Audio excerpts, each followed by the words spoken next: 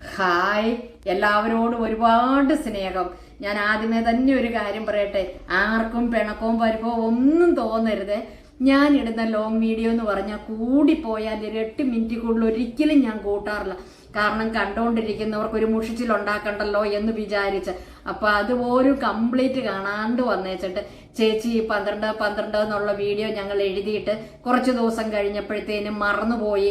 വീണ്ടും അത് 1 തൊട്ട് എഴുതണോ അതോ അത് കൂട്ടി എഴുതണോ എന്നൊക്കെ വന്ന് ഒരുപാട് പേര് കമന്റ് ബോക്സിൽ വന്ന് കമന്റ് ചെയ്തിട്ടുണ്ട്. പരമാവധി കമന്റിനൊക്കെ ഞാൻ മറുപടി കൊടുത്തിട്ടുണ്ട്. എങ്കിലും ഇത് നിങ്ങളുടെ അഭ്യർത്ഥന മാനിച്ചാൽ ഒന്നും കൂടെ പറയാം. നമ്മള് മുടക്കം വന്നിട്ടുണ്ടെങ്കിൽ വീണ്ടും 1 തൊട്ട് എഴുതണം കേട്ടോ, അല്ലെങ്കിൽ അതിന് പ്രയോജനം ഉണ്ടാകത്തില്ല. നമ്മൾ കാര്യം സാധിച്ചു എന്നും പറഞ്ഞ് നമ്മൾ 21 ദിവസം എഴുതാതെ ഇരിക്കരുത്. ഇത് കംപ്ലീറ്റ് 21 ദിവസം എഴുതി കഴിഞ്ഞ് അടുത്ത വീഡിയോ ചെയ്യണമെങ്കിൽ ഒരു 7 ദിവസത്തെ ക്യാപ്പ് ഇട്ടതിന് ശേഷമേ അടുത്തത് എഴുതാവുള്ളൂ കേട്ടോ. ഇപ്പൊ എല്ലാവർക്കും മനസ്സിലായെന്ന് വിചാരിക്കുന്നു. അതുപോലെ തന്നെ അടുത്ത ഒരു വീഡിയോ എന്ന് പറഞ്ഞിട്ടുണ്ടെങ്കിൽ കുറേ പേര് വന്ന് കമന്റ് ബോക്സിൽ വന്ന് കമന്റ് ചെയ്തിട്ടുണ്ട്. പിന്നെ എന്നെ നേരിട്ട് അറിയാവുന്നവര് എന്നോട് നേരിട്ട് തന്നെ ചോദിച്ച ഒരു കാര്യത്തിനുള്ള ഒരു പ്രതിവിധിയാണ് ഞാനിപ്പോൾ ഇത് പറയാൻ പോണത്. ചേച്ചി, ഞങ്ങളുടെ വീട്ടിൽ സമാധാനമില്ല, സ്വൈര്യമില്ല, എന്തെല്ലാം പൈസയുടെ ഇടപാട് നടത്തിയാലും കടബാധ്യതകൾ തീരുന്നില്ല, സ്ഥലം വിൽക്കാൻ നോക്കിയിട്ട് നടക്കുന്നില്ല, ആരോ എന്തോ ക്ഷുദ്രപ്രയോഗം ചെയ്തിട്ടുണ്ട് എന്നൊക്കെ അവരുടെ മനസ്സിൽ അങ്ങ് അടിയുറച്ച് വിശ്വസിച്ചു പോയ കുറെ കാര്യങ്ങളുണ്ട്. അതൊക്കെ നമ്മൾ എങ്ങനെ തീർത്താൻ നോക്കിയാലും തീർത്തത്തില്ല. അതുകൊണ്ട് ഞാൻ അവരെന്നോട് വന്ന് ചോദിക്കുന്നത്, ഞങ്ങൾ ജ്യോത്സ്യന്മാരെ കണ്ടു, പിന്നെ ഞങ്ങൾ അമ്പലത്തിൽ പോയി പ്രശ്നം പേപ്പിച്ച് നോക്കി, അപ്പോഴൊക്കെ പറയുന്നത് ഇന്നത് ഹോമം നടത്തണം, അല്ലെ മറ്റ് പൂജാവിധികൾ ചെയ്യണം, കുറേ കർമ്മങ്ങൾ ചെയ്യണം എന്നൊക്കെയാ പറയുന്നത്. കൈ സാമ്പത്തികമായിട്ട് ഞങ്ങളുടെ കയ്യിൽ അങ്ങനെയൊന്നും ചെയ്യാനായിട്ടില്ല ചേച്ചി, സിമ്പിളായിട്ട് ചെയ്യാൻ പറ്റിയ ഒരു കാര്യം ഞങ്ങൾക്കൊന്ന് രക്ഷപ്പെടാമെന്ന് പറഞ്ഞു തരുമോ എന്ന് ചോദിച്ചു. അപ്പൊ അങ്ങനെയുള്ള ഒരു വീഡിയോയായി ഇത്. എന്താന്ന് ചോദിച്ചാൽ നമ്മൾ പൂർവികരായിട്ട് തന്നെ ചെയ്തു വരുന്ന ഒരു കാര്യമാകട്ടോ ഇത്. വലിയ കാശ് മുടക്കൊന്നുമില്ല. എന്താന്ന് ചോദിച്ചാൽ ഇത് കൈകാര്യം ചെയ്യാൻ പറ്റുന്നവർക്ക് ഇത് ചെയ്യാൻ കേട്ടോ. എന്നാന്ന് ചോദിച്ചാൽ എല്ലാവരും ഇത് ഉപയോഗിക്കുന്ന ഒരു സാധനമല്ല പന്നിയിറച്ചി. ഇത് ഞാനിങ്ങനെ പറയുന്നതുകൊണ്ട് ആർക്കും ഒരു വിരോധവും തോന്നരുത് കേട്ടോ. ഇത് ചെയ്യാൻ പാടില്ലാത്തവർ ചെയ്യണ്ട. അവർക്ക് ചെയ്യാൻ പറ്റിയ കാര്യം ഞാൻ ഈ കൂടെ തന്നെ പറഞ്ഞു തരാം.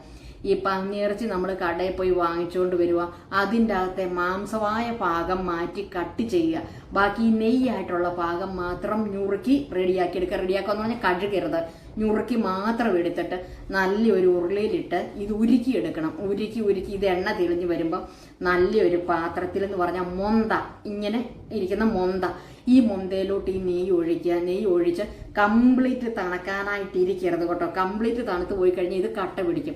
അപ്പം നമ്മൾ ഈ ഹോമിയോയിൽ നിന്നൊക്കെ കിട്ടുന്ന ഹോമിയോ ഗുളിക കിട്ടുന്ന ഇത്രയുള്ള ബോട്ടിൽ കുപ്പിയില്ലേ, ഈ കുപ്പിക്കകത്ത് 5 കുപ്പി എടുക്കുക. ഈ 5 കുപ്പിയിലും നിറച്ച് ഈ നെയ്യ് എടുത്തിട്ട് അടച്ച് മാറ്റി വെക്കണം. ബാക്കി വരുന്ന നെയ്യിൽ ഇതുപോലെ ഒരു ചകിരിത്തോണ്ട് എടുക്കുക. എന്നിട്ട് ഇതിപ്പോ ഞാൻ ചതച്ചിട്ടില്ല, പുറത്ത് മഴയായത് കാരണം ഇതേ ഒരു ഇത്രേ ഭാഗം കണ്ട് നന്നായിട്ട് ചതച്ച് ബ്രഷ് പോണൊക്കെ എടുക്കുക. നല്ല തൊണ്ടായിരിക്കണം, അല്ലാതെ നമ്മൾ കുപ്പയിലൊന്നും കിടന്ന് എടുക്കരുത്. ചതച്ച് ബ്രഷ് പോണക്കാക്കിയിട്ട് ഈ നെയ്യിൽ ഇങ്ങനെ മുക്കുക.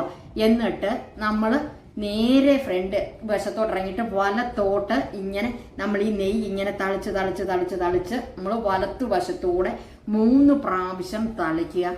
ബാക്കി വരുന്ന നെയ്യ് നമ്മുടെ കിഴക്ക് വശത്തെ മൂല സൈഡിന് ബാക്കി വരുന്ന മുന്തയിലെ നെയ്യ് ഒഴിച്ച് കളയുക. പിന്നെ നമ്മൾ ഈ 5 കുപ്പിയിൽ എടുത്തു വെച്ചേക്കുന്ന നെയ്യ് നമ്മുടെ പറമ്പിന്റെ 4 മൂലയ്ക്കായിട്ടും കുഴിച്ചിടുക. 5ാമത്തെ കുപ്പി നേരെ നടവാതിലിന് ഫ്രണ്ടിലായിട്ട് അതിരിനോട് ചേർന്ന്, നേരെ നടവാതിലിന്റെ ഫ്രണ്ടിലായിട്ട് അതിരിനോട് ചേർന്ന് കുഴിച്ചിടുക. ഈ സാധനം പിന്നെ നമ്മൾ എടുക്കണ്ട. നമ്മൾ വല്ല പണിയെടുക്കുമ്പോഴോ കിളച്ചോ എന്തെങ്കിലുമൊക്കെ ചെയ്തു വരുമ്പോൾ സ്വാഭാവികമായിട്ട് പൊട്ടിപ്പൊക്കോട്ടെ.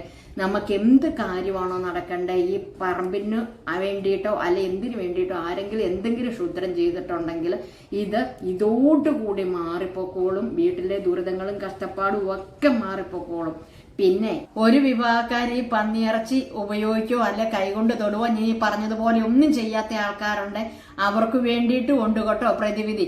അവർക്ക് എന്താ ചെയ്യേണ്ടതെന്ന് പറഞ്ഞാൽ ഈ മച്ചി എരുമയില്ലേ, ഈ എരുമ പോത്തെന്നൊക്കെ പറയില്ലേ, പോത്തല്ല കേട്ടോ, മച്ചി എരുമയുടെ, അതായത് പ്രസവിക്കാത്ത എരുമേനെ വെട്ടിക്കഴിയുമ്പം അതിന്റെ നെയ്യ് ഈ പറഞ്ഞതുപോലെ എടുത്ത് ഉരുക്കി ഞാൻ ഈ പറഞ്ഞതുപോലെ തന്നെ ചെയ്താൽ മതി. അതിന് ഇതേപോലെ തന്നെയുള്ള ഒരു ഫലം കിട്ടുന്നതാണ് കേട്ടോ. അതുപോലെ തന്നെ നമ്മൾ പറയും പോത്തും കൊമ്പെടുത്ത് കെട്ടി തൂക്കുന്നവരൊക്കെ ഉണ്ട്. അതിലൊക്കെ ഉചിതമായ കാര്യമാകട്ടോ. ഈ നെയ്യുടെ ഒരു കുപ്പിക്കകത്ത് ഈ പന്നി നെയ്യാണേലും ഈ എരുമയുടെ നെയ്യാണേലും നമ്മളൊരു കുഞ്ഞൊരു മഷിക്കുപ്പിയിൽ ഏതെങ്കിലും ചില്ലു കുപ്പിയിലായിരിക്കണം എടുത്തേച്ചും കഴിഞ്ഞിട്ട് നല്ലൊരു തിരശ്ശീല തുണിക്കകത്ത് കെട്ടി എന്നിട്ട് വേറൊരു കവറിൽ കെട്ടി വേറൊരു പ്ലാസ്റ്റിക് കവറിലും കെട്ടി നമ്മുടെ പെരയുടെ മേളിലോ ഉത്തരത്തിലോ എവിടെയെങ്കിലും കയറ്റി വെച്ചാൽ ഒരുപാട് നല്ലതാകട്ടോ. അപ്പം ഇങ്ങനെ എല്ലാവരും ഒന്ന് ചെയ്തേച്ചിട്ട് കമന്റ് ബോക്സിൽ വന്ന് കമന്റ് ചെയ്യാൻ മറക്കല്ലേ. അപ്പം മറ്റൊരു വീഡിയോയിൽ മറ്റൊരു ദിവസം വീണ്ടും കാണാം. ടാറ്റാ.